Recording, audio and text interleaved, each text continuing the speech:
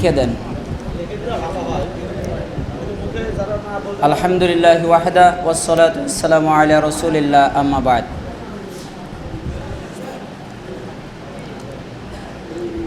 আসসালামু আলাইকুম।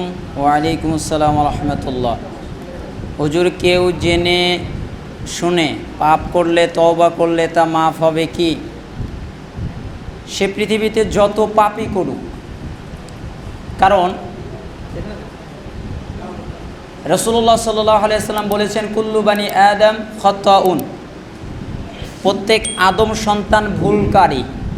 আর সবচেয়ে উত্তম পাপী হচ্ছে সে যে ভুল করার পরে কি চায়? ক্ষমা চায়।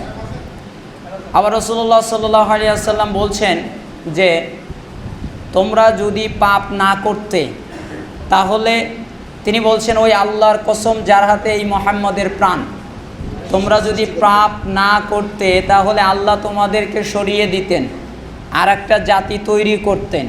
তারা পাপ করত, আল্লাহর কাছে ক্ষমা চাইতো, আল্লাহ তাদের ক্ষমা করে দিতেন। আবার কোনো হাদিসে রাসূলুল্লাহ সাল্লাল্লাহু আলাইহি ওয়াসাল্লাম বলছেন যে শয়তান আল্লাহ তাআলাকে বললেন, হে আল্লাহ, আপনার ইজ্জতের কসম, আমি আপনার বান্দাদের গোমরা করতে থাকবো যতক্ষণ তাদের দেহে প্রাণ থাকবে। তখন আল্লাহ তাআলা বললেন, আমার ইজ্জতের কসম, আমার বরত্বের কসম, আমার সম্মানের কসম, আমি তাদেরকে ক্ষমা করতেই থাকবো যতক্ষণ পর্যন্ত তারা আমার কাছে ক্ষমা চাইতে থাকবে। এই জন্য বোঝা যায় আল্লাহ রাসূল সাল্লাল্লাহু আলাইহি ওয়াসাল্লাম আরও অনেক হাদিসে বলেছেন, সহজ করার জন্যে মিশকাতের একদম তওবা অধ্যায়ে প্রচুর হাদিস আছে এই ব্যাপারে। আমি যে তিনটা বললাম এটা সহ 2328, 2343, 2344, আরও অনেক জায়গায়। তো যাই হোক, আপনি যদি পাপ করে থাকেন, আল্লাহ সুবহানাহু ওয়া তাআলার কাছে ক্ষমা চান, তওবা করেন। কি করেন? তওবা আগে বোঝা লাগবে। শুধু আস্তাগফিরুল্লাহ আস্তাগফিরুল্লাহর নাম তওবা না। তওবা শব্দের অর্থ ফিরে আসা। তওবা শব্দের অর্থ কি? ফিরে আসা। আমি চুরি করতাম, আর করব না, একদম ফিরে আসলাম, এর নাম তওবা। আমি চুরি করি, বললাম আস্তাগফিরুল্লাহ, আবার চুরি করলাম, তাহলে এটা কি হলো না? তওবা হলো না। ইস্তেগফার মানে অনুতপ্ত হওয়া।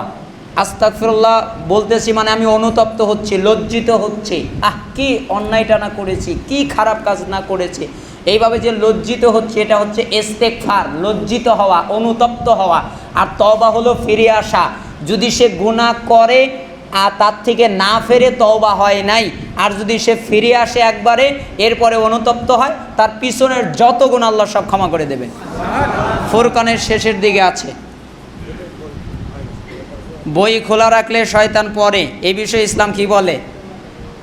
শয়তান বই পড়ে আমার জানা নেই। যে মা সন্তানকে গান শিক্ষা দেয়, সে মায়ের পায়ের নিচে সন্তানের বেহেশত থাকে।